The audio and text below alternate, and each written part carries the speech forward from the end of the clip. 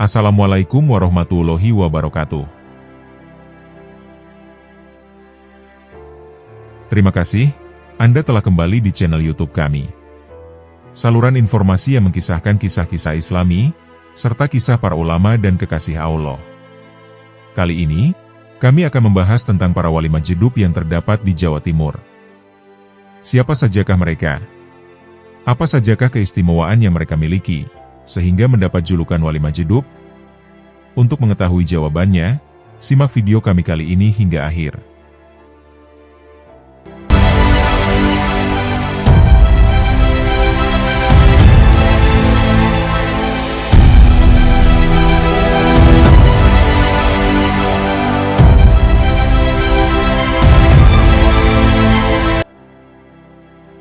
Gus Ud Pagerwojo.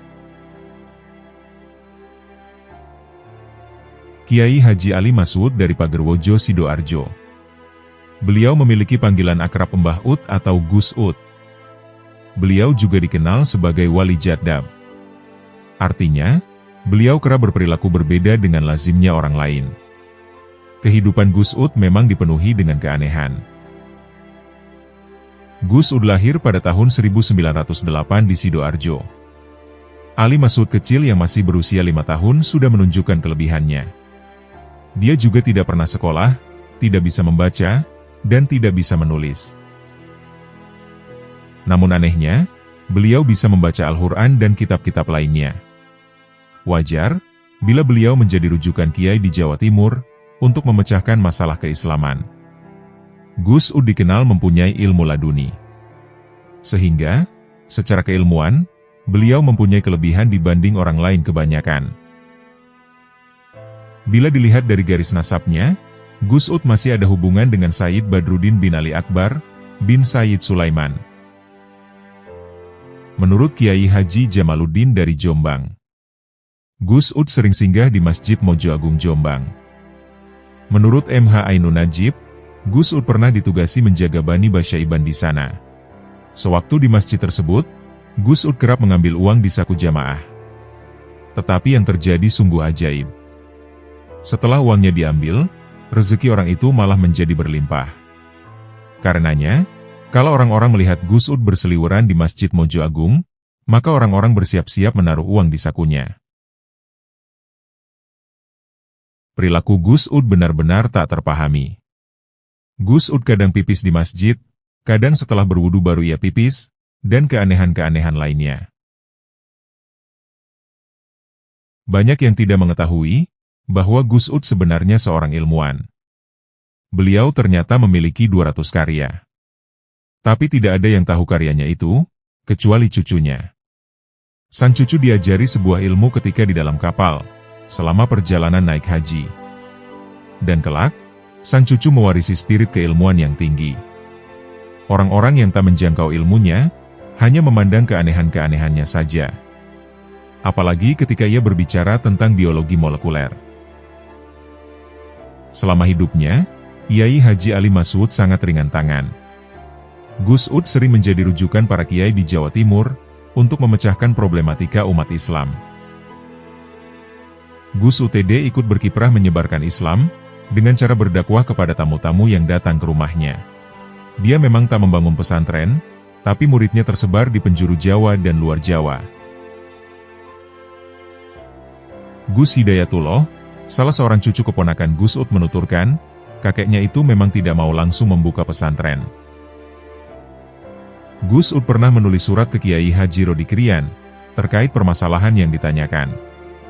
Karena dia tidak bisa menulis, di atas kertas putih dia torehkan pensil membentuk garis bergelombang. Anehnya, Kiai Haji Rodi bisa mengerti guratan pensil yang dibubuhkan oleh Gus Ud. Perlu diketahui, Gus Ud memang tidak mempunyai keturunan. Dan saat ini yang merawat makam dan musola peninggalannya adalah cucu dari adik dan kakak Gus Ud. Gus Ud adalah seorang wali Allah yang luar biasa sekali. Sehingga, tak ada satupun ulama atau para wali yang ada di tanah Jawa ini, yang tak mengenal sosoknya. Menurut kisahnya, Mbah Ude mendapat derajat kewalian itu sejak masih kecil. Sangat nakal memang dan banyak tingkah hingga membuat ayahnya sering memarahinya. sang ayah adalah orang yang alim, dan mempunyai kesibukan mengajar ngaji banyak santri di rumahnya. Seringkali saat sang ayah mengajar ngaji, selalu terganggu oleh suara-suara teriakan Gus Ud kecil. Sang ayah pun sering memarahinya, bahkan memukulnya dengan kayu kecil. Dan dari situlah, sang ayah kemudian melihat keanehan pada diri sang putra tersebut. Suatu saat, sang ayah berkata, "Kamu ini banyak tingkahnya, makanya tidak bisa ngaji." Karena mendapat olok-olokan ayahnya seperti itu, maka Gus Ud langsung menawarkan diri untuk mengganti ayahnya mengajar. Maka, sang ayah pun heran dengan ucapan anaknya, yang baru berusia 8 tahunan itu. Dan Gus Ud langsung mengambil kitab kuning ayahnya tersebut, dan langsung membacanya. Meski kitab itu gundul, tidak ada harokatnya, ternyata Gus Ud kecil itu lancar membacanya. Berikut menjelaskan semua keterangan kitab itu. Padahal, kemampuan demikian itu tidak dimiliki oleh kiai sembarangan. Hanya kiai yang sudah hebatlah yang mampu membacanya, sekaligus menerangkan penjelasannya. Subhanallah. Ayahnya pun terbengong keheranan. Sejak itulah, sang ayah membiarkan saja apa yang dilakukan putranya itu. Di kisah yang lain, Gus Ud pernah berada di dalam air selama berhari-hari. Kisah ini bermula ketika sewaktu beliau masih kecil, beliau ditegur sang ayah karena mengganggunya saat mengajar. Namun selepas itu Gus Ud kecil menghilang, yang kemudian membuat sang ayah dan para santri mencarinya. Setelah dicari beberapa hari, ternyata Gus Ud kecil sedang tidur di dalam kolam air, dengan berselimut sarung.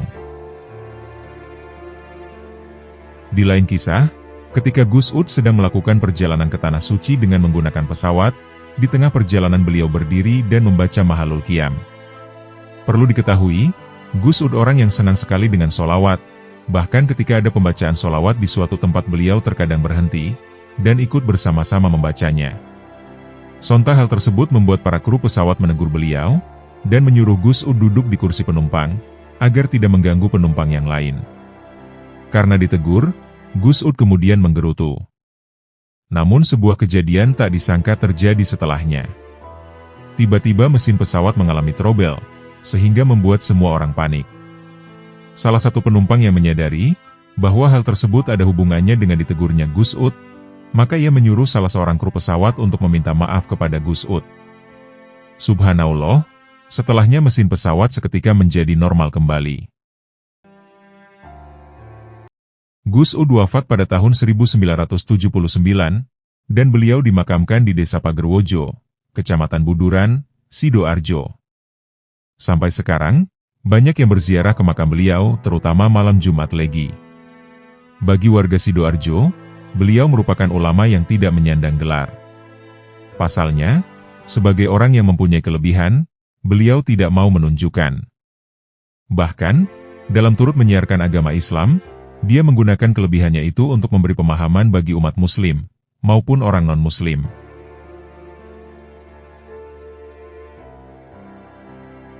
Habib Abu Bakar As-Segaf. Habib Abu Bakar As-Segaf atau lebih dikenal dengan Habib Bakar adalah salah satu wali Majeduk dari Gresik, Jawa Timur. Ia merupakan cucu dari Habib Abu Bakar bin Muhammad As-Segaf yang disebut-sebut sebagai wali kutub, atau pemimpin para wali pada zamannya. Wali Majeduk satu ini terkenal dengan bau air kencingnya yang wangi. Bahkan, ia dikisahkan pernah mengurung diri selama kurang lebih 15 tahun tanpa makan dan minum. Habib Abu Bakar dikenal memiliki karomah mampu menyembuhkan penyakit. Tak hanya itu, terdapat beberapa kisah yang menceritakan karomah Habib Abu Bakar As-Segaf. Kisah-kisah beliau yang paling terkenal adalah ketika beliau menolong orang-orang yang sedang membutuhkan uang. Di lain kisah, Habib Abu Bakar juga pernah kedapatan berada di Tanah Suci Makkah, padahal beliau pada saat itu masih berada di Indonesia. Sama seperti wali Majeduk lainnya, sosok Habib Bakar juga sulit dijumpai. Beliau dapat berpindah tempat dengan singkat, sesuai keinginannya. Sebagai wali Allah, Habib Bakar dikaruniai karomah-karomah yang luar biasa. Sering sekali karomahnya selalu membawa keberkahan. Tidak bisa dipungkiri, Banyak sekali peristiwa aneh yang melekat pada diri beliau. Berikut ini beberapa kisah yang didapat dari kesaksian beberapa jamaah. Pada suatu hari, ada seorang tukang becak sedang bersedih karena menanggung beban hidup yang makin sulit. Sebut saja namanya Pak Imam. Selepas sholat subuh, Pak Imam langsung mangkal di tempat perjuangannya mengayuh becak. Ia berharap segera ada penumpang datang padanya. Saat itu, Pak Imam terus terngiang pesan istrinya, bahwa hari ini jatuh tempo bayar hutangnya. Dan biaya sekolah anaknya juga harus dibayar.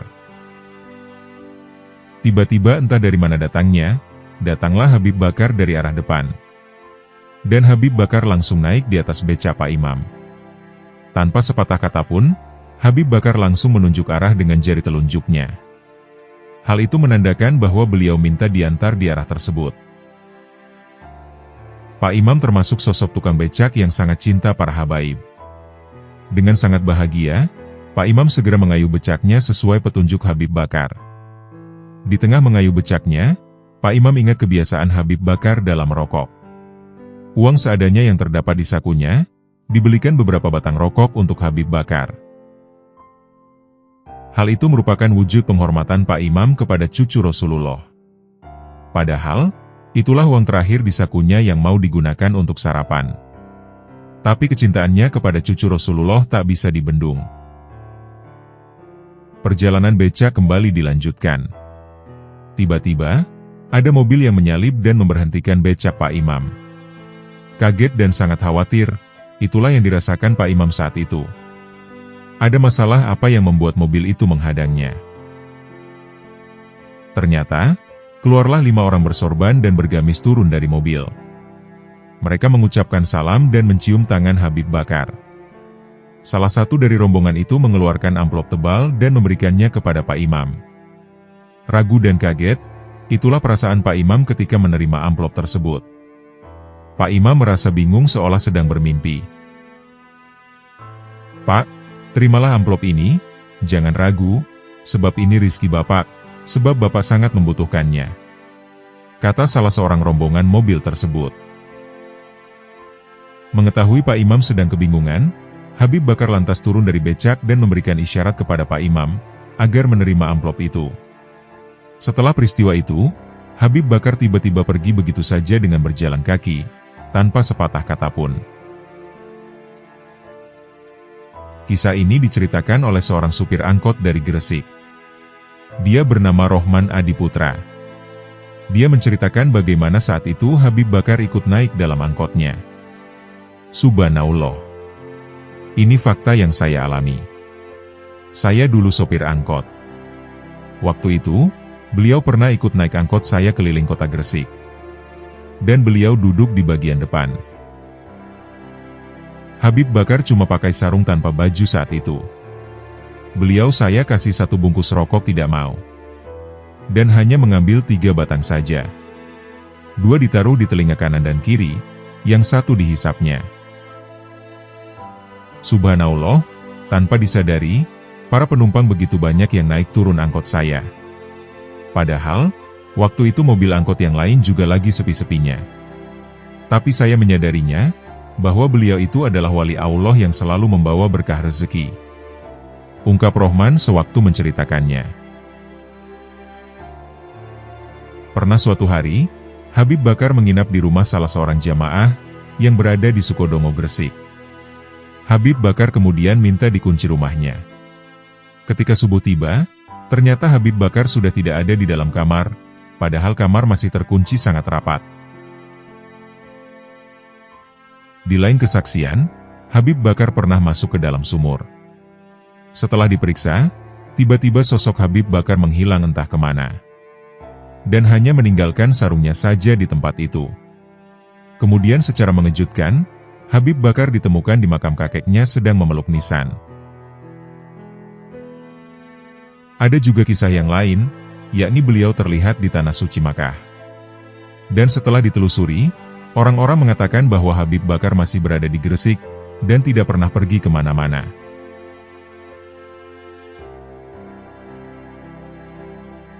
Rahlilur Bangkalan. Kiai Haji Holilur Rohman, atau yang akrab disebut Rahlilur. Beliau adalah wali Majedup asal Sampang, Madura, Jawa Timur. Ia adalah putra dari Kiai Haji Sahrawi yang masih mengalir darah dari Syaihona Holil Bangkalan. Kisah wali Majedup Rahlilur yang sangat terkenal adalah ketika membakar pondok pesantren milik kakaknya, yakni Ponpes Syaihona Holil Demangan pada tahun 1979. Namun siapa sangka, selepas kebakaran terjadi, dalam waktu singkat pondok pesantren tersebut kembali berdiri, dan dibangun lebih megah setinggi api yang membumbung. Rahlilur juga dikenal memiliki karomah mampu mengetahui pada keadaan di tempat lain. Beliau dikenal mampu mengetahui isi hati seseorang. Karena sosoknya dikenal sebagai seorang wali Majedup, banyak orang yang ingin bertemu dengan beliau. Akan tetapi, Rahlilur dikenal sulit ditemu, dan kadang berpindah tempat dengan cepat. Terdapat suatu kisah yang menunjukkan kekasyafan dari sosok Rahlilur. Kisah ini menceritakan tentang sosok Rahlilur yang bertemu Mufti Australia. Bagi sebagian besar kaum santri di Indonesia, khususnya masyarakat Madura, nama Rahlilur sudah tidak asing lagi.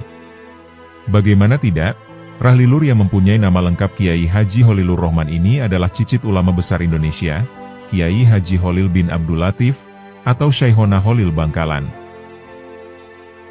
Rahlilur adalah sosok ulama yang zuhud dan tawadu. Masyarakat Madura menilai Rahlilur dalam makom jadab. Dalam terminologi tasawuf, jadab merupakan suatu tingkatan kewalian. Orang yang tak paham, bisa jadi mengira beliau gila. Maklum, penampilannya apa adanya.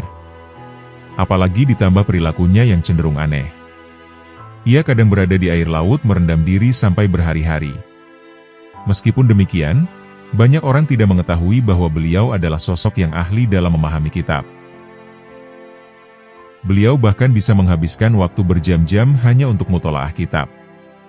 Yang lebih mengagumkan, beliau sangat senang sekali membaca kitab. Walaupun penampilan beliau demikian adanya. Ketika membaca kitab, apalagi jika beliau baru saja mendapatkan kitab baru, beliau langsung berwudu, berbusana lengkap dengan sorbannya, menghadap kiblat, lantas mulai membaca kitab itu sampai hatam. Sebuah wujud takdim dan penghormatan terhadap ilmu yang begitu luar biasa. Adapun tentang Profesor Dr. Al-Habib Syekh Salim Alwan Al-Husaini, bagi sebagian masyarakat Muslim Indonesia masih terdengar asing. Namun, bagi beberapa masyaikh dan kiai nahdien, beliau sudah tidak asing lagi. Karena beliau sering diundang dalam event-event yang diselenggarakan NU, mulai dari tingkat PBNU, PWNU, maupun PCNU baik daurah, seminar atau pengajian umum. Bahkan beliau diundang beberapa kali oleh Kiai Haji Hashim Muzadi, sebagai pembicara pada acara International Conference of Islamic Scholar di Jakarta. Syekh Salim, lahir di Beirut, Lebanon. Namun, beliau hijrah ke Australia untuk mengajar serta berdakwah di sana. Saat ini, Syekh Salim dipercaya sebagai Ketua Umum Darul Fatwa di Australia oleh komunitas Muslim di sana. Berkat keilmuan yang dimilikinya, ia sering diundang mengajar dan ceramah di berbagai tempat. Baik lokal maupun internasional, baik itu formal, kampus-kampus dan sekolah-sekolah, atau non-formal, masjid-masjid, seminar-seminar, konferensi dan organisasi-organisasi. Syekh Salim memang sering berkunjung ke Indonesia. Bahkan dalam kesempatan kali ini, beliau juga berkunjung ke Pulau Madura. Kedatangan Syekh Salim ke Madura, sejatinya tidak ada niatan untuk bertemu dengan Rahlilur. Karena Syekh Salim belum kenal dengan Rahlilur dan tidak pernah mendengar info sama sekali tentang Rahlilur sebelum perjumpaan tersebut. Kedatangan Syekh Salim ke Madura, atas undangan Kiai Haji Zainal Arifin, pengasuh pada salah satu pesantren di daerah Tanah Merah Bangkalan, Madura. Syekh Salim diundang untuk mengisi pengajian dalam rangka peringatan Maulid Nabi Muhammad SAW. Beberapa rombongan dari Syekh Salim kemudian berangkat menuju kota Bangkalan. Setelah menempuh perjalanan panjang, akhirnya rombongan sampai di kediaman Kiai Zainal pada sore hari. Maka seperti biasanya, para tamu dijamu dengan hidangan makanan. Mereka pun menikmati hidangan makanan yang telah disediakan. Di antara makanan yang dihidangkan adalah nasi kuning. Saat itu, salah seorang rombongan Syekh Salim berbisik kepada temannya. Ini kalau dicampur dengan laban, rasanya akan bertambah nikmat. Perlu diketahui, laban adalah sejenis yogurt khas Timur Tengah. Kemudian dibalas oleh temannya. Tapi di sini kayaknya sulit untuk mencarinya, dan mustahil di sini ada yang menyediakan. Selang beberapa saat, datanglah sosok pria tua secara tiba-tiba di sore itu. Pria tua itu datang di saat Syekh Salim dan rombongan beramah tamah dengan tuan rumah. Para rombongan Syekh Salim bingung dibuatnya. Karena mereka melihat sosok itu agak sedikit aneh. Penampilannya tidak seperti kiai ataupun santri. Bahkan, penampilannya lebih terlihat seperti seorang petani. Pria tua itu hanya memakai kaos singlet dan celana hitam pendek, serta memakai sorban orange yang dililitkan begitu saja. Sang tuan rumah terlihat sangat menghormati dan mengagungkannya. Ketika itu, Syekh Salim juga sempat merasa heran, melihat tuan rumah Kiai Zainal berdiri menyambut tamu yang baru datang. Syekh Salim pun ikut berdiri menyambutnya. Setelah menanyakan sosok tersebut, akhirnya Syekh Salim mengetahui bahwa sosok itu bernama Rahlilur. Rahlilur kemudian bertanya kepada Syekh Salim dengan bahasa Arab yang fasih. "Siapa nama Anda?" "Nama saya Salim," jawab Syekh Salim dengan tersenyum. "Apakah Anda seorang Sunni?" tanya Rahlilur. "Iya, saya seorang Sunni," jawab Syekh Salim. Setelah itu, Rahlilur memberikan sebuah bingkisan kresek kepada Syekh Salim. Tidak lama setelah mereka mengobrol, Rahlilur pun pamit pulang. Sementara, masyarakat yang di luar ruangan sudah banyak yang mengantri, baik laki-laki maupun perempuan. Mereka semua ingin bersalaman dengan Rahlilur untuk ngalap berkah. Akan tetapi, Rahlilur tidak peduli dengan mereka. Beliau langsung menerobos jamaah. Dan langsung menaiki motor yang sudah menunggu di depan rumah. Dengan dibonceng seseorang, kemudian pergilah Rahlilur entah kemana. Melihat pemandangan seperti itu, Syekh Salim yang belum mengenal tentang Rahlilur, bertanya kepada Kiai Zainal dengan penuh heran. Kiai Zainal pun menceritakan tentang jati diri Rahlilur. Akhirnya, Syekh Salim menyampaikan keinginannya kepada Kiai Zainal. Syekh Salim ingin bertemu kembali dengan Rahlilur sebelum acara dimulai. Yang mana, acara maulid dimulai setelah sholat Isya. Dengan berat hati, Kiai Zainal menyampaikan bahwa dia tidak bisa menjanjikan Rahlilur bisa dihadirkan kembali. Karena Rahlilur sulit sekali untuk ditemui, jika bukan kehendaknya sendiri. Setelah sholat maghrib, tanpa disangka-sangka, ternyata Rahlilur datang kembali di tempat itu. Tidak diketahui dengan pasti tentang kedatangan Rahlilur yang tiba-tiba. Apakah atas undangan tuan rumah atau faktor yang lain? Akhirnya, Syekh Salim minta waktu untuk bisa mengobrol berdua dengan Rahlilur. Namun obrolan mereka masih bisa didengar. Dalam pembicaraan mereka, Rahlilur juga menggunakan bahasa Arab yang fasih. Padahal beliau ketika ditanya Syekh Salim, hanya belajar bahasa Arab ketika masih di sekolah dasar. Dalam obrolan itu, Rahlilur malah menceritakan tentang negara Lebanon, daerah asal Syekh Salim. Dan juga Australia, negara tempat tinggal Syekh Salim sekarang.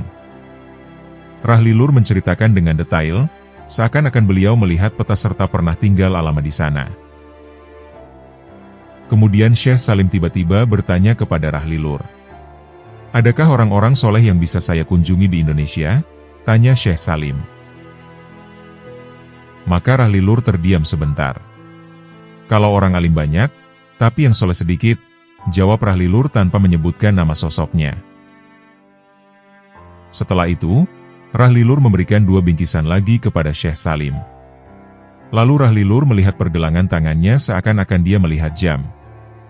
Padahal tidak ada jam tangannya. Kemudian Rahlilur pamit seraya berkata kepada Syekh Salim, "Ini sudah mau Isya, saya pamit dulu." Tidak lama setelah itu, terdengar adzan yang menandakan sudah waktunya sholat Isya. Ada beberapa kejadian aneh yang menarik dari pertemuan tersebut. Pertama, tentang 3 bingkisan yang diberikan Rahlilur kepada Syekh Salim. Ternyata setelah dibuka, Bingkisan pertama berisi kaos dalam, bertuliskan Made in Malaysia. Yang mana, kaos itu cocok sekali dengan ukuran Syekh Salim. Padahal saat itu, beliau sudah mencari di mana-mana dengan ukuran yang cocok dengannya, tapi tidak menemukan di toko manapun. Bingkisan yang kedua, berisi air zam-zam sebanyak 5 liter. Dan bingkisan ketiga berisi laban, yang bertuliskan Made in Singapura. Laban inilah yang ditanyakan oleh rekan Syekh Salim, ketika menikmati nasi kuning di kediaman Kiai Zainal. Yang kedua, kira-kira 2 minggu kemudian, ketika adik Kiai Zainal ke Jakarta untuk bertemu Syekh Salim, Rahlilur titip surat untuk Syekh Salim. Ternyata ada yang unik dari surat tersebut. Surat itu ditulis di kertas bekas bungkus rokok yang bertuliskan bahasa Arab. Yang artinya, "Aku menyayangimu karena engkau termasuk ahlu sunnah wal jamaah." Yang ketiga, 3 bulan kemudian, ketika Syekh Salim ke Mesir dalam suatu acara dakwah, tiba-tiba Rahlilur menghubungi Syekh Salim lewat sambungan telepon. Dalam sambungan telepon itu Rahlilur menyampaikan kerinduannya kepada Syekh Salim, seraya berucap dengan bahasa Arab. "Ada di mana engkau wahai Syekh? Aku rindu padamu." Begitulah kisah pertemuan antara Syekh Salim dengan Rahlilur tanpa disangka-sangka ini. Semoga kita bisa mengambil pelajaran dari perjumpaan yang mulia ini. Dan kita senantiasa mendapat barokah dari keduanya.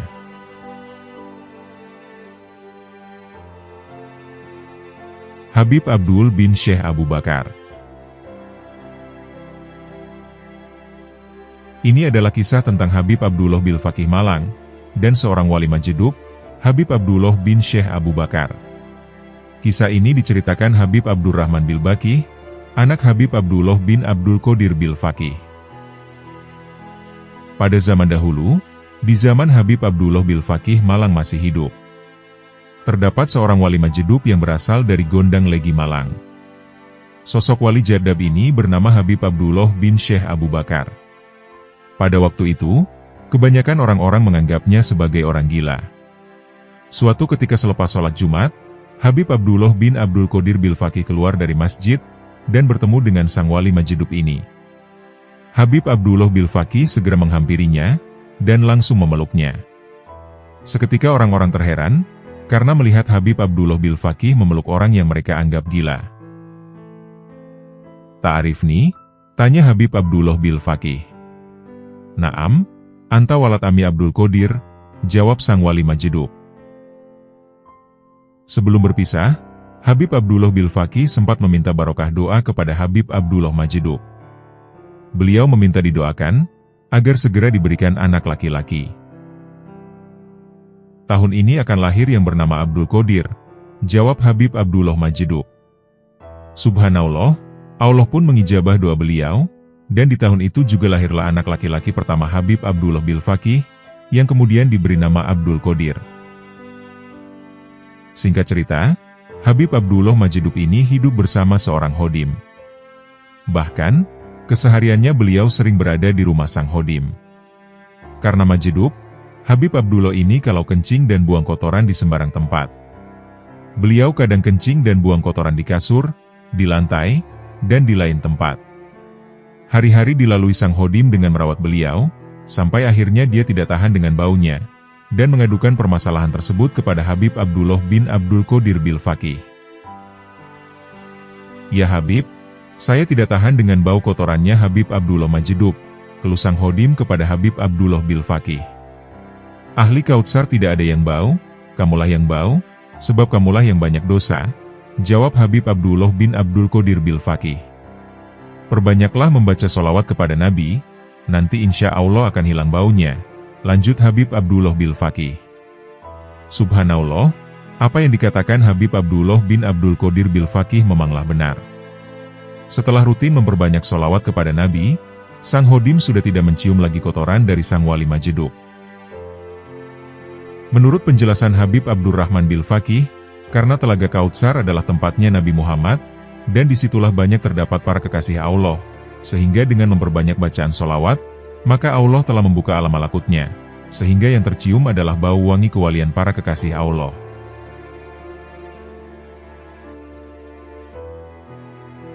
Kiai Haji Hamim Jazuli. Gus Mik adalah salah satu ulama yang masyhur dari Kediri.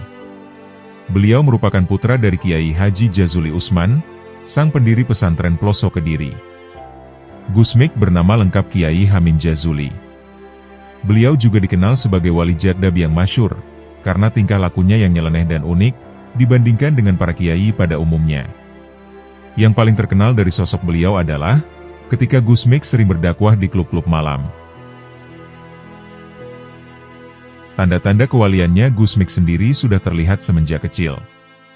Di mana pada suatu saat beliau memancing di Sungai Berantas, dirinya terpental ke dalam sungai dan tenggelam.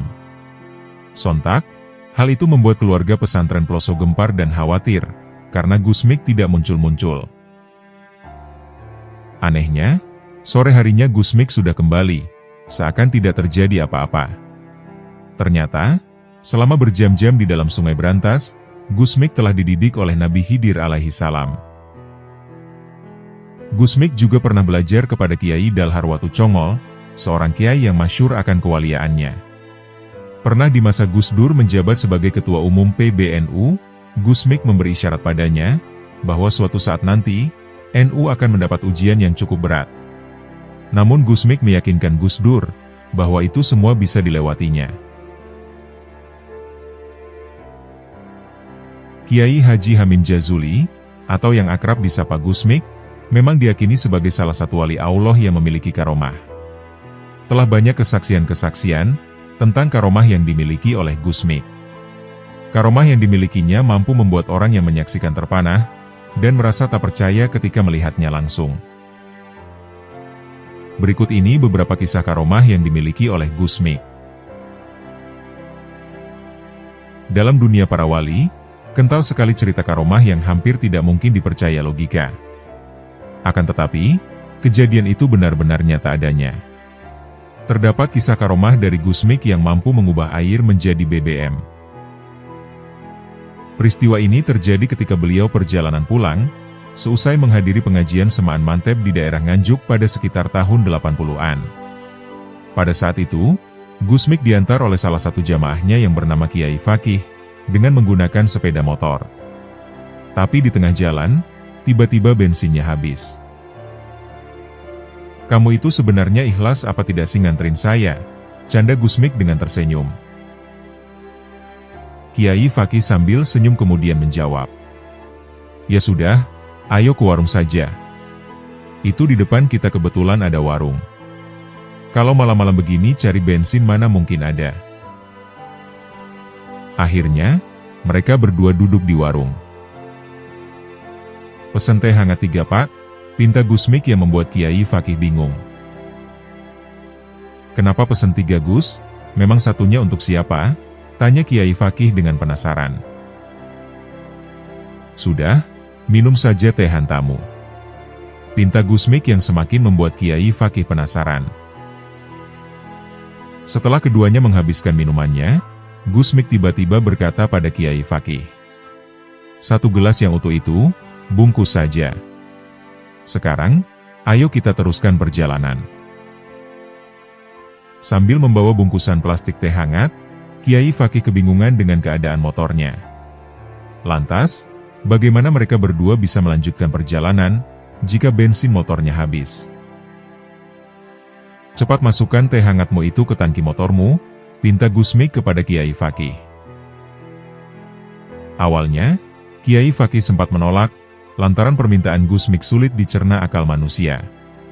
Dalam benaknya, mana mungkin air teh hangat bisa menggantikan bensin.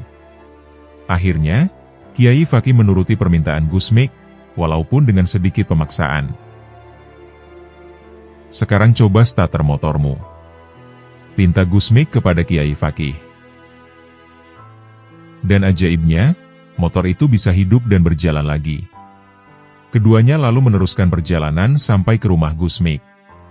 Alih-alih mempersilahkan masuk untuk istirahat sebentar, Gus Mik malah berkata kepada Kiai Fakih, "Jangan dimatikan mesinnya. Langsung pulang saja. Nanti keburu habis bensinmu." Kisah tersebut disampaikan oleh Gus Nabhan Ibnul Qayyim, keponakan dari Kiai Fakih. Pada suatu hari, ketika Gusmik sedang mancing di sungai, kail pancingan beliau tiba-tiba dimakan ikan yang sangat besar. Saking kuatnya tenaga ikan itu, Gusmik tercebur ke dalam sungai, lalu tenggelam. Pengasuhnya ketika itu menjadi panik, karena tak ada orang yang bisa menolong Gusmik. Pada waktu itu hari masih pagi, sehingga masih belum ada orang yang hendak memancing. Pengasuhnya terus mencari Gusmik di pinggir sungai, dengan harapan Gusmik dapat kembali atau tersangkut. Akan tetapi, setelah hampir 2 jam, tubuh Gusmik belum juga terlihat. Hal itu membuat pengasuh Gusmik menjadi putus asa dan menyerah. Karena takut mendapat murka dari orang tua Gusmik, akhirnya pengasuh itu kembali ke pondok. Pengasuh itu segera membereskan semua bajunya ke dalam tas, dan pulang ke kampung halamannya tanpa pamit terlebih dahulu. Dalam cerita yang disampaikan Gusmik kepada pengikutnya, ternyata Gusmik saat itu sedang bertemu sang guru. Ikan tersebut adalah hewan peliharaan gurunya, yang memberitahu bahwa Gusmik sedang dipanggil sang guru. Akhirnya, ikan itu membawa Gusmik menghadap gurunya, yang ternyata adalah Nabiullah Khidir. Menurut Gusmik, pertemuan itu hanya berlangsung selama 5 menit. Akan tetapi, pada kenyataannya Gusmik naik ke daratan dan kembali ke pondok, waktu sudah menunjukkan pukul 4 sore. Berarti pada waktu itu, hampir seharian penuh Gusmik bertemu dengan Nabi Khidir. Beberapa bulan kemudian, setelah mengetahui bahwa Gusmik tidak terjadi apa-apa, akhirnya pengasuhnya itu baru berani kembali ke pondok. Salah satu karomah Gusmik yakni pernah melakukan sholat di Baghdad. Gaya dakwah Gusmik memang dikenal berbeda dengan ulama lain karena beliau kerap menyasar klub malam, perjudian, dan tempat remang-remang. Gusmik sering tampil tak seperti kebanyakan ulama, karena medan dakwahnya yang tidak seperti pada umumnya. Beliau terkadang tampil dengan gaya yang nyentrik, yakni memakai celana jeans dan kacamata hitam. Dikisahkan, Gusmik pernah kedatangan ulama kenamaan asal Jember, yakni Kiai Haji Ahmad Siddiq, yang tak lain Rois AM PBNU pada tahun 80-an. Kiai Haji Ahmad Siddiq datang bersama rombongan kiai, yang sebagian besar tak percaya dengan karomah Gusmik. Setelah basa-basi menyampaikan maksud silaturahim, Kiai Haji Ahmad Siddiq mengajukan permohonan kepada Gusmik. Kiai Haji Ahmad Siddiq meminta para kiai ini untuk sholat berjamaah dengan Gusmik. "Mohon maaf Gus, para kiai ini mau sholat berjamaah, dan meminta Anda yang jadi imam," kata Kiai Haji Ahmad Siddiq. "Inggih Kiai," jawab Gusmik. Para kiai itu akhirnya melaksanakan sholat jamaah, dengan dipimpin Gusmik sebagai imamnya. Sholat pun dilaksanakan di musola milik Gusmik. Saat sholat baru berjalan 2 rakaat, para jamaah itu terheran-heran. Mereka baru sadar, dan merasa telah berada di tempat yang berbeda pada saat itu. Alhasil, sholatnya para kiai itu tidak khusyuk. Mereka lebih fokus memandang tempat di sekelilingnya yang tiba-tiba berubah. Hingga sampai tahiyat akhir dan lalu salam, memang benar, mereka semua merasa sudah berpindah tempat dari tempat awal sholat.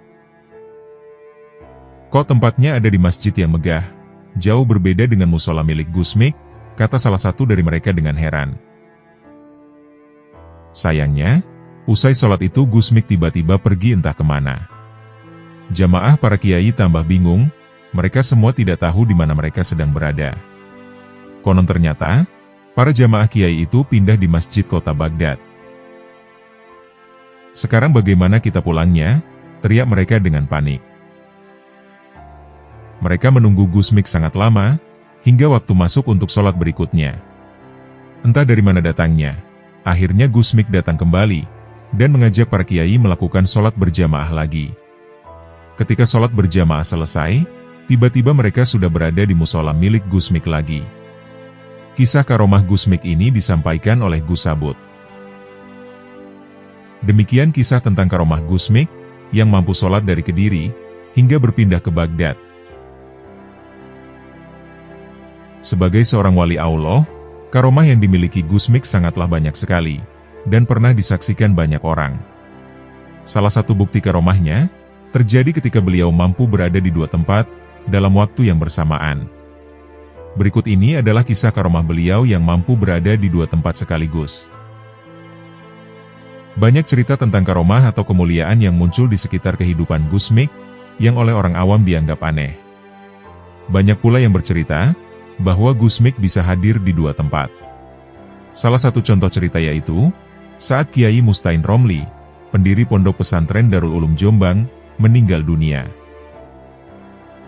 Ketika itu, sang ayahanda Gus Mik, yaitu Kiai Ahmad Jazuli, beliau akan berangkat takziah ke Jombang. Gus Mik saat itu diajak ikut, tapi beliau menolak, dan memilih tinggal di rumah saja. Maka berangkatlah rombongan Kiai Ahmad Jazuli ke Jombang, tanpa Gus Mik kecil. Setibanya di rumah duka, betapa kagetnya beliau karena melihat Gus Mik sudah berada di sana. Maka bertanyalah beliau kepada kerabat Kiai Mustain, dan jawaban kerabat Kiai Mustain membuat Kiai Ahmad Jazuli tercengang. Gus Mik sudah menemani Kiai Mustain sejak seminggu yang lalu, sebelum almarhum wafat. Tutur kerabat Kiai Mustain tersebut. Di riwayat yang lain juga menceritakan tentang karomah Gus Mik yang mampu berada di dua tempat dalam waktu bersamaan. Suatu ketika, Gus Mik ingin melaksanakan riyadoh. Beliau ingin fokus mendekatkan diri kepada Sang Pencipta selama 3 bulan, dan tidak pernah keluar. Selama waktu tersebut, beliau hanya berada di dalam kamar salah satu seorang santrinya. Si santri ini kesehariannya bekerja mulai siang hingga malam. Seringkali pula santri ini bertemu dengan orang-orang dari Madura. Orang-orang tersebut mengungkapkan keinginannya agar dapat bertemu dengan Gus Mik. Namun, si santri tersebut terus melarangnya. Hal ini bukannya tanpa sebab. Si santri menjelaskan bahwa selama 3 bulan terakhir ini, Gus Mik tidak mau keluar kamar. Hal tersebut dilakukan karena beliau sedang menjalankan riyadoh. Betapa terkejutnya dan marahnya orang Madura tersebut. Sebab, mereka merasa dibohongi oleh si santri tersebut. Padahal, orang-orang Madura ini merasa bahwa beberapa hari ini Gus Mik bersama mereka. Menurut kesaksian mereka, beberapa hari terakhir beliau sedang mengisi pengajian di Madura. Cerita unik yang lain terjadi ketika pada saat sholat jamaah Jumat, yang tiba-tiba Gus Mik hilang saat itu. Orang-orang di sekitar beliau bingung dibuatnya. Mereka sudah berusaha mencari Gus Mik ke sana kemari usai sholat Jumat, namun tetap tidak ketemu. Dengan tiba-tiba, Gus Mik muncul dengan membawa seonggok kurma, yang ranting-rantingnya masih meneteskan getah segar. Dan mereka semua yakin, bahwa Gus Mik tadi pasti habis sholat Jumat di Mekah. Pada suatu saat, Gus Mik juga terlihat lagi dikelilingi fakir miskin, kemudian Gus Mik memberikan uang kepada mereka semuanya. Anehnya, uang tersebut diberikan setelah beliau secepat kilat menggerakkan tangan kanannya ke udara, dan mendadak di tangan beliau sudah tergenggam uang segepok. Gus Mik adalah nama akrab dari Kiai Haji Hamim Tohari Jazuli. Beliau dilahirkan pada tanggal 17 Agustus, tahun 1940. Beliau merupakan putra dari pendiri Ponpes Al-Falah Mojo Kediri, yakni Kiai Haji Jazuli Usman. Selain masyhur sebagai ulama yang karismatik, Gus Mik dikenal juga sebagai perintis Jamiah Jantiko Mantep, bersama dengan Kiai Hamid Pasuruan, dan Kiai Ahmad Siddiq Jember. Gus Mik merupakan salah satu tokoh ulama NU dan pejuang Islam yang masyhur. Tingkat pengetahuan agama dan sikap sopan santun yang dimilikinya, diakui tidak hanya oleh kalangan ulama, namun juga masyarakat biasa. Hingga kini, sosok inspiratif ini masih memiliki posisi yang kuat di kalangan masyarakat Islam Indonesia secara umum, dan para ulama NU secara khususnya. Selain dikenal sebagai seorang ulama besar, Gus Mik juga populer sebagai seorang sosok kiai yang nyeleneh. Beliau lebih menyukai dakwah di kerumunan orang yang melakukan maksiat, dibandingkan dengan menjadi kiai yang tinggal di kawasan pesantren. Hampir di setiap malam, beliau selalu menyusuri jalan-jalan di daerah Jawa Timur. Beliau sering keluar masuk kelab malam. Bahkan, beliau tak canggung jika berbaur dengan tukang becak, atau pedagang kopi di pinggir jalan. Hal tersebut beliau lakukan, agar memudahkannya dalam memberikan nasihat agama. Ajaran beliau yang terkenal adalah suluk jalan terabas, atau pemikiran jalan pintas. Hal nyeleneh lainnya yang terkenal dari seorang Gus Mik adalah cara berpakaian beliau yang berbeda dengan lazimnya para kiai pada saat itu. Beliau sering mengenakan celana jeans, kaos oblong, dan kacamata hitam saat melakukan syiar dari jalan ke jalan. Konon, kacamata hitam yang dikenakan oleh Gus Mik digunakan untuk menutupi air matanya yang selalu keluar saat beliau melihat orang yang jauh dari ajaran agama. Hal ini menunjukkan bahwa Gus Mik adalah seorang tokoh agama yang berhati lembut. Mungkin hal tersebutlah yang menyebabkan beliau banyak dikagumi dan dihormati oleh masyarakat. Meskipun melakukan syiar agama dengan cara yang nyeleneh, tidak lantas mengurangi penghormatan masyarakat kepada beliau. Mereka tetap menghormati sosok Gus Mik lantaran keilmuannya dan kemuliaan sikap beliau kepada sesama manusia. Banyak ulama yang percaya bahwa Gus Mik sudah memiliki karomah kewalian sejak ia berada di dalam kandungan.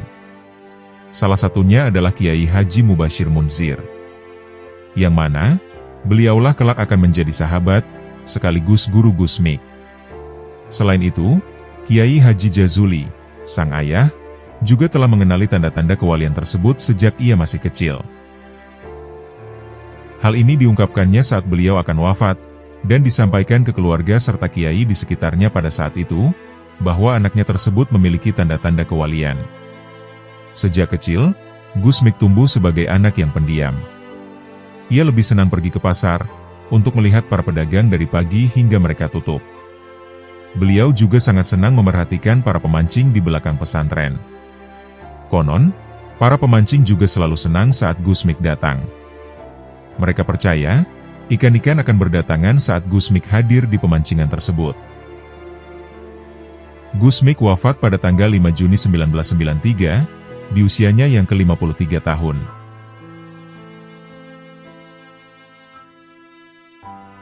Habib Muhammad Ganjaran. Suatu ketika, ada rombongan yang datang berkunjung ke rumah beliau. Namun ketika mereka hendak pulang, salah satu di antara jamaah yang datang membawa sepeda motor, ternyata bensin motornya habis. Maka, ia pun tidak bisa pulang, karena rumah Habib Muhammad masuk di daerah desa Gondang Legi Malang, dan jauh dari tempat pengisian bahan bakar. Maka Habib Muhammad Ganjaran memerintahkan untuk mengambil atau membeli di seberang jalan, orang yang jual temulawak, dan membelinya 1 botol. Setelah didapatkannya sebotol temulawak, kemudian mereka disuruh mengisikannya di tangki bensin motor yang mati tadi. Subhanallah, saat itu terjadi kejadian yang sangat aneh. Begitu mesin dinyalakan bisa hidup, dan motor bisa berjalan sampai pulang ke rumahnya. Di kisah yang lain, ketika rombongan datang berkunjung ke rumah beliau, tiba-tiba mereka sudah duduk di bawah dipan Habib Muhammad bin Abdullah Al-Jufri, dan tiba-tiba keluar halnya beliau. Maka tiba-tiba beliau dengan kata-kata isyarat mengambil korek, dan membakar korden rumah beliau. Semua orang terkejut, dan sempat terbakar 10 cm, dan beliau mengatakan, itu dia membakar kain Ka'bah yang akan dicuri atau dipotong oleh orang-orang. Maka orang-orang yang di Ka'bah terkejut dan berlarian, karena dari bawah kain Ka'bah keluar api yang sekitar 2 cm, dan kemudian dipadamkan, sehingga kain kiswah tidak jadi dicuri. Padahal beliau mengingatkan bagi orang-orang yang di Baitullah, kenapa masih sempat mencuri kain kiswah Ka'bah. Pernah suatu ketika beliau naik sepeda motor, namun pas di tengah perjalanan sepeda motornya mati kehabisan bensin. Sayangnya, saat itu letaknya jauh dari SPBU, dan tak ada penjual bensin. Kebetulan, waktu itu ada seorang penjual es dawet yang sedang lewat. Akhirnya, si penjual dawet itu dipanggil, dan dibelinya es tersebut. Namun bukannya diminum, malah diisi ke tangki motor. Warga yang melihat hal tersebut terheran-heran. Motor yang tadi diisi dengan es dawet, ketika dihidupkan ternyata bisa hidup, dan dapat digunakan lagi. Pernah suatu ketika beliau menservis sepeda motor ke bengkel. Ketika tukang bengkel selesai menservis, motor beliau masih tidak mau hidup. Akhirnya, mesin motor itu dibongkar lagi. Setelah dicek, ternyata tidak terjadi masalah terhadap mesin motor, namun anehnya motor masih tidak mau hidup. Akhirnya Habib Muhammad Al-Jufri berkata, Mungkin sepeda saya sakit kepala, coba kasih obat bodres. Mendengar dawuh Habib Muhammad Al-Jufri, sang mekanis malah terheran. Akhirnya, sama Habib Muhammad sepedanya dikasih pil bodres obat sakit kepala. Setelah dikasih pil obat tersebut, motor yang sebelumnya tidak mau hidup, ternyata seketika bisa hidup. Kemudian beliau dawuh, "Tuh kan, sepeda saya sakit kepala." Di kisah yang lainnya, ada seorang alim yang besar dan memiliki pengetahuan yang luas, mendengar ada seorang wali yang besar di Gondang Legi, yaitu Habib Muhammad bin Abdullah Al-Jufri.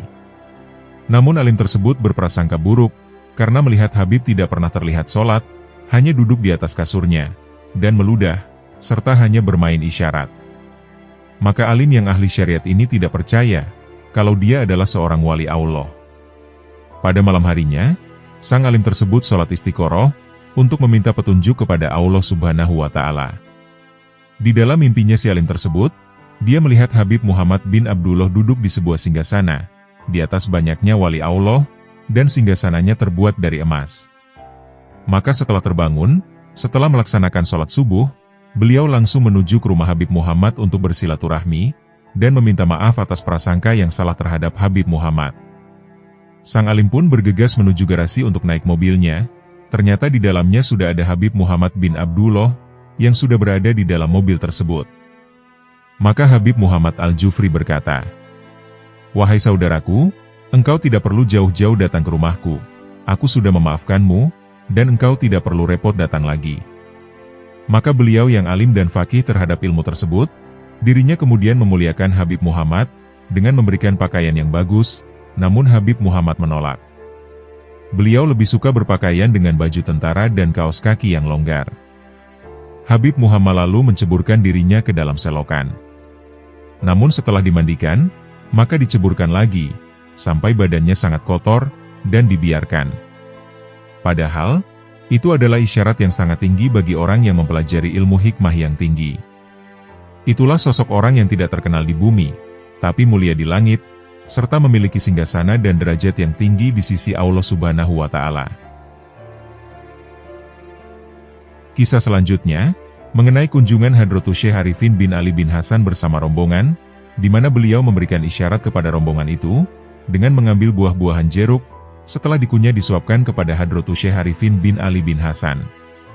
Kemudian diambil lagi buah tersebut, dikunyah tetapi tidak ditelan, dan beliau mengeluarkan air liur yang deras, sehingga ditampung di mangkok, dan menyuruh rombongan untuk menyiramkan air liur tersebut ke ban mobil yang dikendarai rombongan, sebagai bentuk isyarat bahwa kedudukan dari murid beliau, atau jamaah Syekh Arifin akan digantikan oleh mobil yang lebih bagus lagi, dan diangkat pangkat dan derajatnya. Tetapi di balik itu, ia akan menerima musibah yang dari dalam, yaitu keretakan rumah tangganya bagi si pemilik mobil. Dan sepulangnya dari ziarah rumah beliau, rombongan menuju Lumajang melewati Turen. Dan sebelum jembatan, tiba-tiba muncullah kabut putih yang menghalangi jalan, maka semua rombongan berhenti. Dan di sebelah mobil tersebut tampak rumah makan yang mewah, maka semua rombongan masuk ke dalam rumah makan tersebut, dan para murid masuk ke dalamnya. Bahkan sang guru Syekh Arifin ditinggal. Ternyata, tempat itu hanya sihir, tempat tinggal dari jin dan siluman. Maka antara Syekh Arifin dan jamaah itu terpisah, seperti ada tirai yang memisahkan batas pandangan mata. Maka rombongan tersebut makan apa yang ada di dalam rumah makan tersebut, padahal aslinya kotoran sapi dan kotoran kambing, yang tanpa disadari oleh jamaah tersebut. Dan mereka asik bergembira di dalamnya, padahal Syekh Arifin menunggu di luar memikirkannya. Dari kegelapan muncul seorang yang kerdil berkuping panjang dan memakai cawat, masuk ke dalam rumah makan jadi-jadian tersebut. Dan mungkin dalam pandangan para murid, makhluk tersebut seperti pelayan restoran pada umumnya. Maka Syekh Arifin melakukan sholat 2 rakaat, dan datanglah dari sebuah pohon seorang yang memakai jubah dengan jenggot yang panjang, muncul di hadapan Syekh Arifin, sambil beliau berkata, "Wahai Arifin, kau tidak akan bisa menembus wilayah jin tersebut, karena ini hukuman untuk murid-muridmu yang tidak punya akhlak. Biarkanlah ini menjadi hukuman mereka, disebabkan mereka sudah berprasangka buruk saat di rumah Habib Muhammad bin Abdullah Al-Jufri, sehingga mereka pantas mendapat marah Allah, dan dipermainkan oleh jin." Maka Syekh Arifin menangis dan memohon kepada Allah untuk mengampuni mereka. karena ketidaktahuan mereka. Padahal sebelum berangkat mereka sudah diperingatkan oleh Syekh Arifin, agar mereka tidak mempunyai prasangka buruk terhadap wali-walinya Allah. Namun dikarenakan ilmu agama dan keimanannya sangat lemah, mereka tidak mampu menerima hal-hal yang aneh dan ganjil dari Habib Muhammad bin Abdullah Al-Jufri. Maka diperintahkan oleh seorang yang tua tadi, untuk mengencingi tirai pembatas tersebut, karena doa segala macam tidak mampu menyadarkan mereka dari sihir jin tersebut. Setelahnya, maka sobeklah tirai tersebut, seperti keluar asap, dan terbuka, sehingga tersadarlah orang-orang yang di dalamnya. Ketika menyadari apa yang dimakannya, sehingga banyak orang muntah karena merasa jijik dengan apa yang dimakannya, yang sudah disihir oleh jin. Maka untuk bukti, beliau menyuruh para murid untuk mengambil gambar, sebagai bukti rumah makan tersebut ada atau tidak. Ternyata setelah film kamera dicetak, tidak ada foto rumah makan yang kemarin mereka lihat.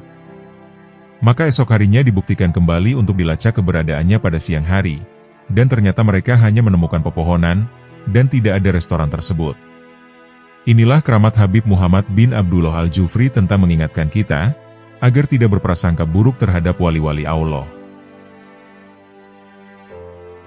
Di kisah yang lain, ketika banyak kunjungan ulama-ulama dan kiai bersilaturahmi ke rumah beliau, Habib Muhammad dengan isyaratnya lalu mengambil beras 1 kilogram, dan beras itu kemudian dilemparkan ke tanah. Kemudian beliau memerintahkan jamaah atau muridnya untuk menggendong turun dari dipannya, dan beliau menginjak-injak beras ini di tanah, sampai masuk ke tanah. Dan beliau menangis sambil mengambil beras tersebut, dan memakannya, kemudian memuntahkannya di hadapan para ulama dan kiai tersebut.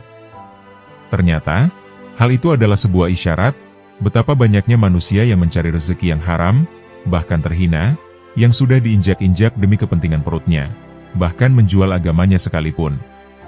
Kemudian beliau memberikan ijazah kepada Syekh Arifin, dengan tangannya menulis pada kertas, "Ya Latif." Karena, setiap orang yang sowan ke sana, maka beliau biasanya akan menulis "Ya Latif." Ternyata ijazah tersebut mengandung sebuah rahasia yang besar, bagi para wali-walinya Allah Subhanahu wa Ta'ala. Dan beliau memerintahkan Syekh Arifin membaca Simtud Duror, sampai lututnya berhadapan, sambil beliau memakan jeruk. Setelah dikunyah, buah jeruk itu kemudian dimuntahkannya, lalu diberikan untuk Syekh Arifin agar dimakannya, sambil menunjuk foto Syekh Abdul Qadir Jailani. Beliau kemudian menunjuk ke dada Syekh Arifin, seolah ingin berkata, bahwa Syekh Abdul Qadir ada di dalam hati Syekh Arifin bin Ali bin Hasan.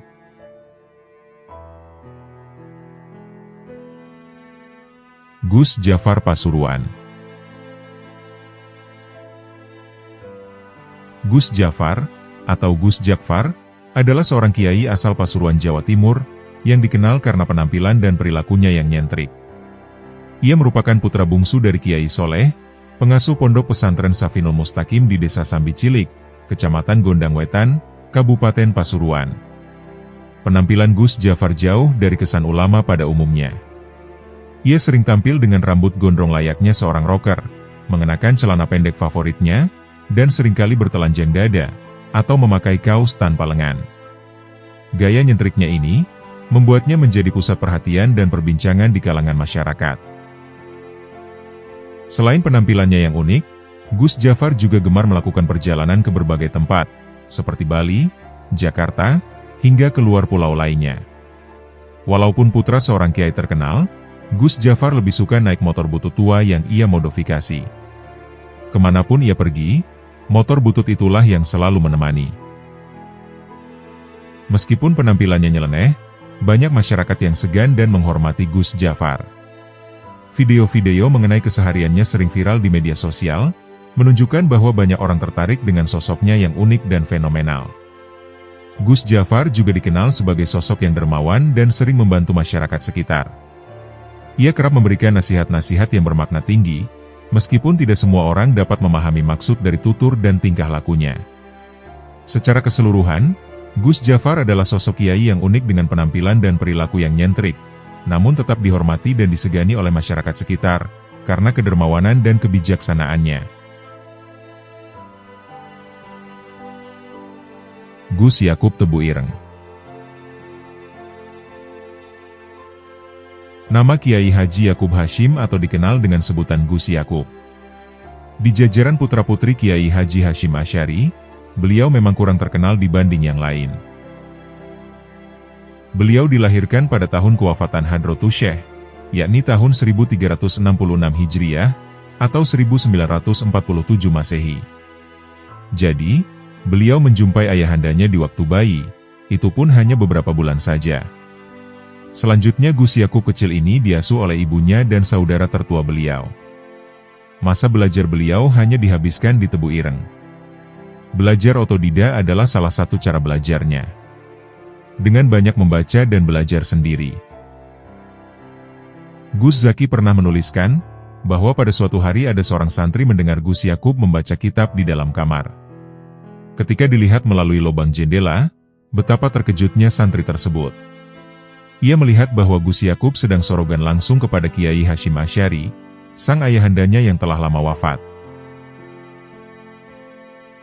Di kisah yang lain, sering sekali Gus Yakub ketika masih muda terlihat membaca kitab kuning di samping makbaro abahnya, di komplek pondok pesantren Tebu Ireng.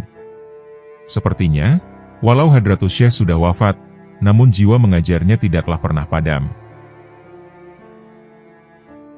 Gus Yakub juga sering menyendiri di kamar pojok, di sebelah makbaroh. Dan di dalamnya terdengar suara tanpa rupa. Konon katanya, suara tersebut adalah Kiai Haji Hashim Asy'ari, yang sedang mengajari Gus Yakub. Gus Yakub itu lebih suka berjalan kemana-mana dengan sepedanya, daripada berdiam diri di rumah. Sehingga, keluarga beliau mengkhawatirkan atas diri beliau. Keluarga memerintahkan salah satu santrinya, untuk selalu mengikuti kemana Gus Yakub pergi. Sebagai pribadi yang berilmu, beliau memiliki tanggung jawab untuk mengamalkan ilmu yang diperolehnya. Oleh karena itu, beliau pernah mengajar kitab Bulughul Maram. Menurut sebagian riwayat, jika ada santri yang tidak mengikuti pengajiannya, tidak segan-segan beliau menampar santri tersebut. Diceritakan juga bahwa Gus Yakub pernah suatu hari mengajar bahasa Inggris, padahal kenyataannya beliau tidak pernah belajar bahasa Inggris. Mungkin ini adalah salah satu ilmu laduni, yang tak sembarang orang bisa mendapatkannya. Ada yang mengatakan, bahwa Gus Yakub adalah seorang wali jadab, dan pernyataan tersebut memanglah benar. Dalam keseharian beliau, banyak terjadi keanehan dalam perilaku, ucapan, tindakannya. Seperti yang pernah ditulis oleh Gus Zaki sebagai berikut. Iya, Gus Yakub yang sehari bisa habis 7 bungkus rokok. Yang bisa menghidupkan segala jenis kendaraan dengan kunci apa saja. Yang terkadang tidur 10 jam sehari. Yang membuat besi menjadi lembek. Yang dawuhnya terkadang perlu juru tafsir untuk memahaminya. Yang terkadang telanjang. Yang Gus Dur segan kepadanya. Walaupun begitu, pihak keluarga juga menginginkan Gus Yakub menjadi normal, dan tidak jadab. Karena sering membuat pihak keluarga khawatir terhadap beliau, juga orang lain. Pihak keluarga berencana untuk menyewankan Gus Yakub kepada seorang wali yang masyhur, yaitu Kiai Hamid Pasuruan. Guna untuk menyadarkan Gus Yakub dari alam fana kewaliannya. Karena Kiai Hamid juga seorang wali, beliau terkenal memiliki keistimewaan, yaitu bisa mengetahui sebelum terjadi.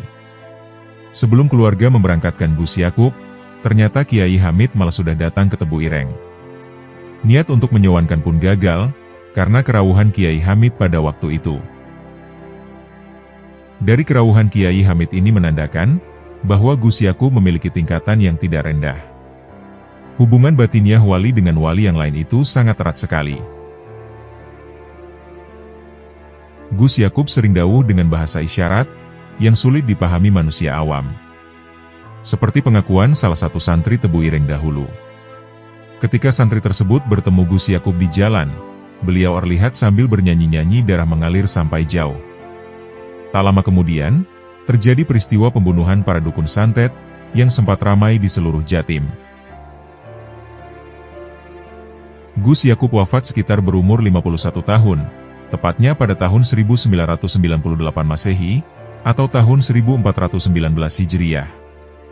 Gus Yakub adalah salah satu dari sekian banyak walinya Allah, yang telah dipanggil ke hadirat yang kuasa. dan beliau kemudian dimakamkan di pemakaman Masyaikh Tebu Ireng.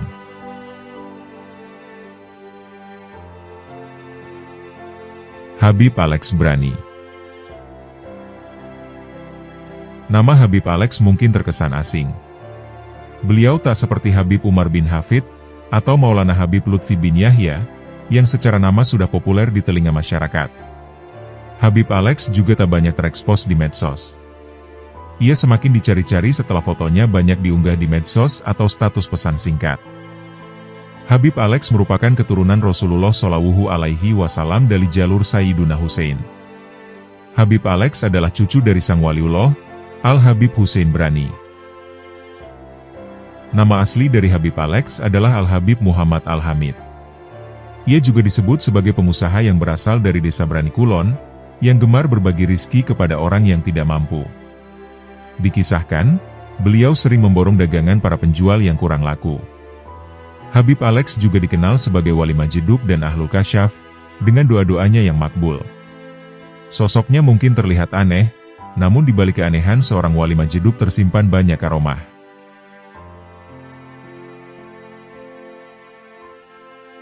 Gus Wafa Banyuwangi. Kisah ini diceritakan oleh Indri Rijal Lutofa. Kiai Haji Muhtar Syafa'at Abdul Ghafur, pendiri Pondok Pesantren Darussalam Blok Agung Banyuwangi, beliau diketahui mempunyai dua istri, yakni Nyai Siti Maryam sebagai istri pertama, dan Nyai Musyarofah sebagai istri kedua. Dari istri yang kedua inilah, beliau menurunkan putra yang bernama Kiai Haji Ali Wafa Syafa'at, atau yang akrab disebut Gus Wafa. Saya tahu tentang beliau dari para alumni Pondok Blok Agung, yang memang banyak ada di daerah saya. 3 pakde saya, ayah saya, 3 paman saya, saudara perempuan saya, dan beberapa tetangga, semuanya alumni Pondok Pesantren Blok Agung. Dan ibu saya juga malah asli dari Blok Agung. Sehingga, saya sedikit tahu tentang Gus Wafa dari cerita-cerita mereka semua, termasuk yang saya tuliskan ini juga saya dapat dari mereka. Karena memang banyak alumni di sekitar rumah saya, pada tahun 2010 Gus Wafa hadir barokahi di rumah saya. Beliau hadir dengan kenyentrikannya, yakni hadir dengan mengenakan kaos oblong dan celana jeans pendek. Senang rasanya saat itu bisa kerawuhan beliau. Perlu diketahui, Gus Wafa telah wafat pada 24 Juni 2015. Di kalangan santri, Gus Wafa itu dikenal sebagai sosok jadab, nyeleneh, nyentik, dan karismatik. Istilah jadab sendiri dalam dunia tasawuf, terdapat banyak perbedaan terkait apa maksud dari jadab. Terlepas dari perbedaan itu, Gus Wafa sejak kecil itu beliau memang mempunyai lelaku yang aneh, dan luar biasa. Entah hal luar biasa tersebut itu tergolong karomah atau maunah, saya tidak tahu, karena saya tidak tahu apakah beliau itu salah seorang wali atau bukan. Namun saya yakin, bahwa beliau itu orang soleh. Sehingga, minimal hal luar biasa tersebut bisa digolongkan sebagai maunah. Pada suatu ketika, Ibu Nyai Musyarofah hendak berangkat kondangan. Beliau berangkat kondangan rencana dengan tanpa membawa Gus Wafa, yang saat itu masih kecil, ingusan, dan nangisan. Ketika beliau akan berangkat kondangan, Gus Wafa kecil merengek sambil menangis meminta untuk ikut kondangan. Ibu Nyai tetap berangkat saja dengan tanpa membawa Gus Wafa kecil. Ibu Nyai berangkat kondangan, dan sampai di tempat kondangan. Betapa terkejutnya Ibu Nyai ketika sampai di tempat kondangan. "Ini Bu Nyai, putra jenengan di sini malah sudah 5 hari," ucap Syohibul Hajat matur kepada Bu Nyai, sambil membawa Gus Wafa kecil. Bu Nyai sangat terkejut, karena tadi di rumah Gus Wafa masih merengek minta ikut kondangan, malah menurut mereka sang anak sudah di sini selama 5 hari. Satu kisah lain tentang sosok Horikul ada ini. Suatu ketika, yang mungkin karena ada hal dari Gus Wafa, sehingga menjadikan ayah beliau gerah dengan kelakuan Gus Wafa, akhirnya ayah beliau menampar Gus Wafa. Namun bukannya Gus Wafa yang kesakitan karena ditampar, tapi malah yang kesakitan justru adalah tangan ayah Gus Wafa, Kiai Haji Muhtar Syafa'at. Berdasarkan cerita yang saya dapat juga, katanya Kiai Muhtar Syafa'at, ayah Gus Wafa, beliau mengakui Gus Wafa itu. Entah apa yang dimaksud dengan mengakui ini. Mungkin yang dimaksud beliau mengakui, bahwa beliau tidak menyalahkan lelaku Gus Wafa yang terkadang nyeleneh itu. Di kisah yang lain, bahwa pernah Gus Wafa bepergian ke Sumatera dengan mengendarai mobil. Namun selama perjalanan, Gus Wafa tidak mengisi tangki mobil dengan bahan bakar minyak. Namun beliau mengisinya dengan air tawar saja. Bikudrotillah, mobil tetap bisa menyala, dan berjalan sampai Sumatera. Konon, Gus Wafa juga sempat mengendarai kendaraan beroda tersebut, melewati jalan yang terkena banjir. Di jalan yang banjir tersebut, kendaraan Gus Wafa tetap berjalan dengan posisi mengambang di atas air banjir. Tak kalah horikuladahnya, ialah terdapat kesaksian dari beberapa orang, bahwa ada mereka pernah bertemu Gus Wafa di Makkah Madinah saat musim haji. Jadi, mereka menilai Gus Wafa ikut haji pada saat itu. Namun pada waktu yang bersamaan, beberapa orang yang lain menyatakan, bahwa Gus Wafa tidak haji pada saat itu, karena mereka juga bertemu Gus Wafa di Indonesia, pada saat waktu yang juga dinyatakan oleh beberapa orang bertemu Gus Wafa di Makkah Madinah sana. Kisah mengenai Gus Wafa kali ini ditulis oleh Zainal Arifin, salah seorang guru matematika SMP di Banyuwangi. Namanya adalah Kiai Haji Ali Wafa Syaf'et, atau lazim dipanggil Gus Wafa. Rasanya tidak ada masyarakat Banyuwangi yang tak mengenal beliau. Gus Wafa terkenal sebagai wali jadab atau majedub. Putra Kiai masyhur, Allahyarham Kiai Haji Muhtar Syafa'et Abdul Ghafur, sang pendiri dan pengasuh Pondok Pesantren Darussalam Blokagung, Tegal Sari, Banyuwangi.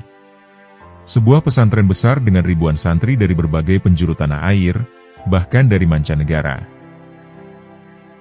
Berbagai kisah keunikan, kenyelenehan, kenyentrikan, dan karomah beliau, telah banyak diceritakan orang, baik dari mulut ke mulut maupun dalam bentuk tulisan.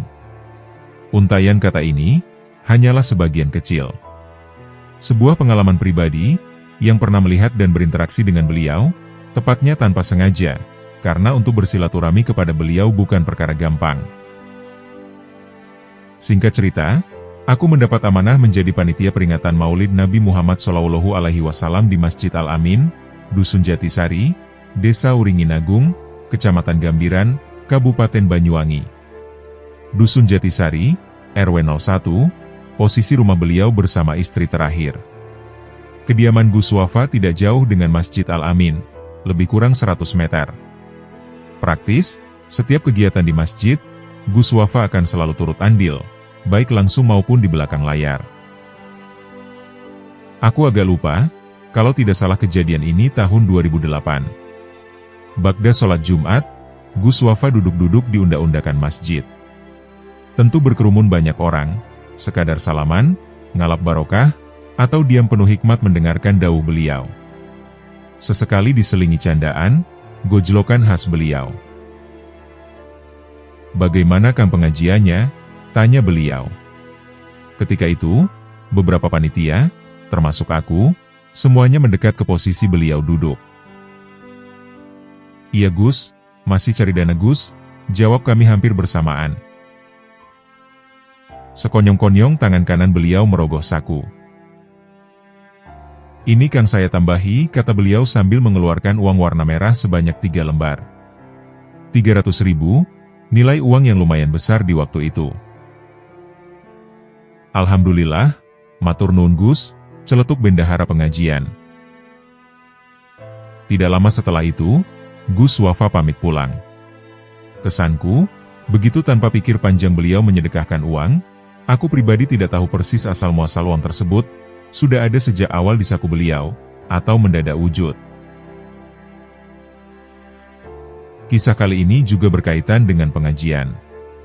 Kebetulan juga persiapan pengajian Maulid Nabi Muhammad SAW di RW 01, Dusun Jatisari, memiliki program rutin. Pengajian Maulid Nabi Muhammad SAW digotong bersama-sama. Masjid Al-Amin beserta 5 musola penyangga, bergiliran mengadakan pengajian Maulid Nabi Muhammad secara besar-besaran, ditanggung bersama ke-6 tempat ibadah dan lingkungannya, baik biaya maupun tenaga kepanitiaan. Praktis, masing-masing tempat ibadah ketempatan acara pengajian akbar Maulid Nabi tiap 6 tahun sekali. Saat itu aturannya, jika ada uang sisa pengajian yang bertempat di masjid, maka akan masuk ke kas PHBI, kemudian dibagi 5 sama banyak, lalu digunakan menyuplai dana pengajian maulid di musola-musola. Ada istilah, pengajian di masjid untuk mencari modal. Praktis, pengajian di masjidlah yang paling meriah. Selain pengajian akbar maulid, terdapat acara bergilir sebagai tuan rumah hataman Al-Quran. Kegiatan ini berlangsung setiap malam Jumat Legi, Hari dan Pasaran Jawa. Di luar dua kegiatan tersebut, dipersilahkan kepada takmir masjid dan musola berinisiatif mengadakan kegiatan dengan biaya dan kepanitaan mandiri. Namun jika beruntung, maka akan tetap ada sukarelawan atau dermawan yang membantu. Sifatnya pribadi, tidak diatur kepengurusan Masjid Al-Amin. Mengapa Maulid Nabi Shallallahu Alaihi Wasallam? Jawaban sederhananya, sebab di Banyuwangi ada budaya endok-endogan. Sebuah arak-arakan endok atau telur yang digunakan sebagai wadah syiar. Saat pengajian itu pula lah, kegiatan ekstrakurikuler santri TPQ ditampilkan. Kembali pada pengajian di Masjid Al-Amin. Panitia sedang ribet mengurusi izin. Maklum, era dahulu pengajian skala besar harus mengantongi izin komplit. Keramaian dengan pengerahan massa, wajib diketahui muspika, atau musyawarah pimpinan kecamatan.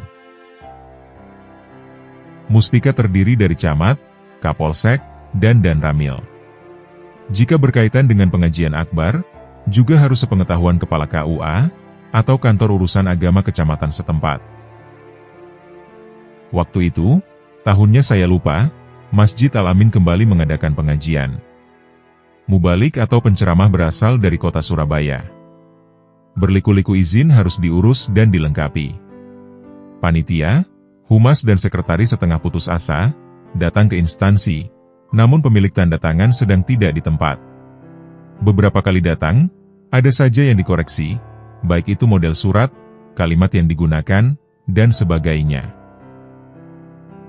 Menurutku, bukan kapasitas front office dalam mengoreksi tata bahasa atau struktur surat. Entah apa sebenarnya yang jadi penyebab utama, memang karena sibuk, atau sekadar berusaha melarang kegiatan dengan halus. Atau bisa jadi khawatir terjadi hal tidak diinginkan.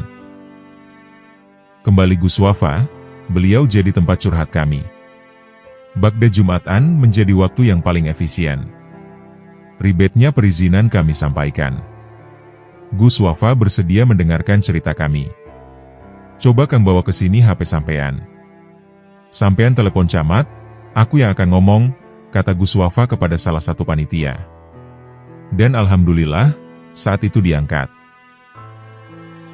Iki aku, Wafa, kata Gus Wafa langsung to the point. Dari kejauhan terdengar suara, oh inggih Gus, bagaimana? Ada yang bisa saya bantu? Ucap suara lawan bicara di telepon yang terdengar begitu takzim. Ini loh, anak-anak panitia pengajian datang ke rumah, katanya mau ngurus izin pengajian kok susah, kata Gus Wafa kemudian. Loh, kenapa ya Gus? Anak-anak suruh kesini biar saya bantu. Saya tunggu sekarang di kantor Gus, ucap Pak Camat yang menyanggupi untuk membantu proses perizinan. Tanpa babi bu lama-lama, petugas perizinan pun segera meluncur ke kantor camat. Dan alhamdulillah, selain dibantu mempermudah proses perizinan, sumbangan uang pun tidak ketinggalan. Maaf, nilainya aku lupa, yang jelas pengajian berjalan lancar tanpa hambatan. Sekali lagi, Gus Wafa dengan caranya sendiri ikut membantu suksesnya pengajian.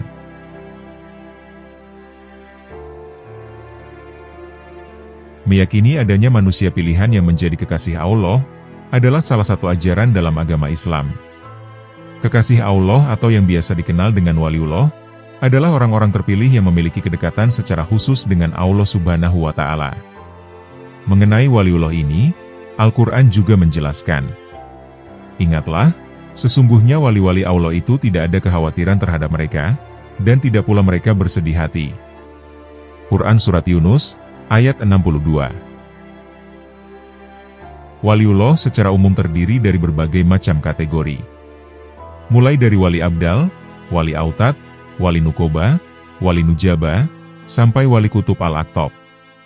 Para waliullah ini mengemban berbagai macam tugas masing-masing, serta diberi keistimewaan oleh Allah dengan memiliki karomah yang berbeda-beda.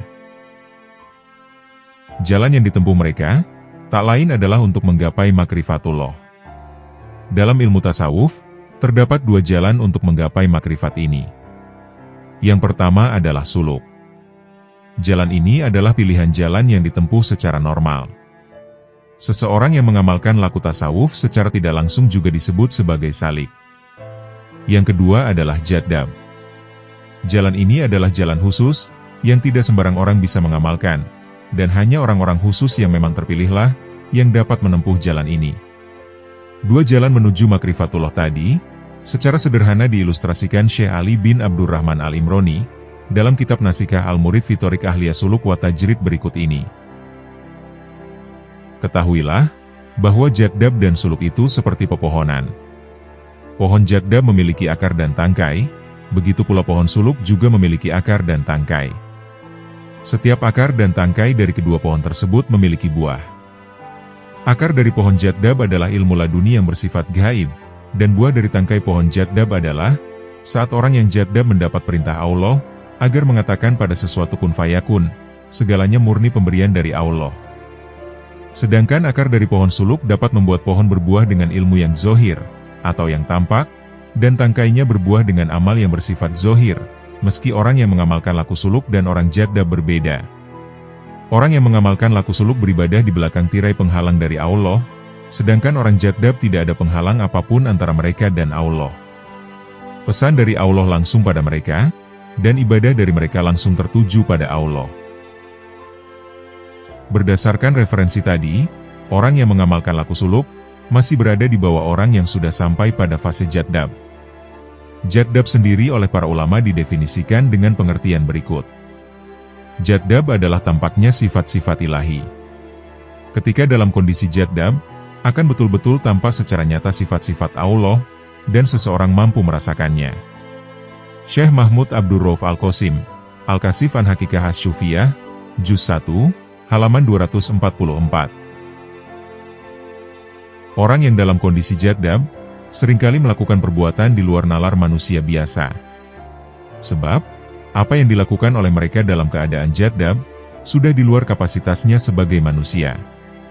Meski demikian, patut dibedakan antara orang yang melakukan hal-hal aneh, atau horikuldah, karena memang betul-betul jaddab, dengan orang yang hanya pura-pura jaddab. Untuk menandai perbedaan dua orang ini cukup sederhana, yakni dengan cara melihat tingkah laku orang tersebut setelah kondisi terjaga. Jika saat kondisi normal ia senantiasa berzikir dan beribadah, serta menjauhi hal-hal duniawi yang bersifat profan, maka bisa dipastikan keanehan yang ia lakukan adalah berangkat dari makom jaddab. Sebaliknya, jika seseorang setelah dalam kondisi normal, ia malah justru lebih mendekatkan diri pada hal-hal yang bersifat duniawi, dan senang mendekat dengan orang-orang yang memiliki ambisi duniawi, maka bisa dipastikan bahwa keanehan yang ia lakukan bukanlah bermula dari keadaan jaddab, tapi hanya sebatas tipu daya yang dilakukannya untuk menarik perhatian orang lain. Perbedaan dua karakteristik ini, seperti yang digambarkan dalam pembahasan menari saat berzikir, yang dijelaskan dalam kitab Zat al-Muslim Fima Ittafaqo alaihi al-Bukhari wa Muslim. Ketahuilah, bahwa menari pada saat berzikir bukan bagian dari ajaran syariat, dan bukan bagian dari budi pekerti yang baik. Tindakan tersebut tidak dapat dijadikan alasan untuk dibenarkan oleh siapapun, kecuali bagi orang khusus dari kalangan orang jaddab. Menurut sebagian kalangan ulama sufi, jaddab memiliki tanda-tanda tertentu, yang membedakan antara tindakan jaddab yang hakiki, dan tindakan yang berangkat dari main-main dan tipu daya di hadapan manusia. Mereka berkata, bahwa orang yang jaddab ketika setelah sadar ia berpaling dari dunia, dan menghadap untuk berzikir pada Allah, dan beribadah kepadanya, maka sikap jaddabnya adalah sikap jaddab yang sungguhan, dan tindakannya menari saat berzikir dianggap udzur. Sedangkan ketika setelah sadar dari jaddab, dan selesai menari saat zikir, seseorang lantas menghadap pada dunia, dan merasa senang berjumpa dengan orang yang tergiur dengan dunia, hingga tidak ada perbedaan antara dirinya, dan orang yang tergiur dengan dunia dalam perbuatan dan sikap main-mainnya, maka ia adalah orang yang main-main, dan bohong atas klaim kejaddabannya saat menari dan bersenda gurau. Ia adalah bagian dari orang yang menjadikan agamanya sebagai permainan dan senda gurau. Syekh Muhammad Habibullah bin Abdullah Asy-Syinkiti, Zat al-Muslim Fima Ittafaqo alaihi al-Bukhari wa Muslim, Juz 3, halaman 155. Dengan demikian dapat disimpulkan, bahwa jadab adalah sebuah keadaan saat seseorang sudah lepas dalam kapasitasnya sebagai manusia, karena tampak secara jelas padanya sifat-sifat Allah, atau tajalli. Sehingga, segala keanehan perbuatan yang dilakukan dalam kondisi jadab bermula dari petunjuk Allah. Orang yang sudah sampai pada makom jadab ini, mereka biasanya dikenal dengan sebutan majdub. Sedangkan masyarakat mengenal orang yang sudah sampai pada makom ini, menyebut mereka dengan sebutan wali jadab, atau wali majdub. Demikianlah pembahasan dari kami, tentang para waliullah majdub yang berada di Jawa Timur. Semoga Allah Subhanahu wa Ta'ala mengumpulkan kita dengan para kekasihnya, di dunia maupun akhirat. Semoga kita dapat meneladani kepribadian akhlak para kekasih Allah, serta mengambil hikmah dari kisah-kisahnya. Dan semoga dengan apa yang telah kami sampaikan, dapat menambah ketakwaan kita kepada Allah Subhanahu wa Ta'ala. Wallahu a'lam bishawab.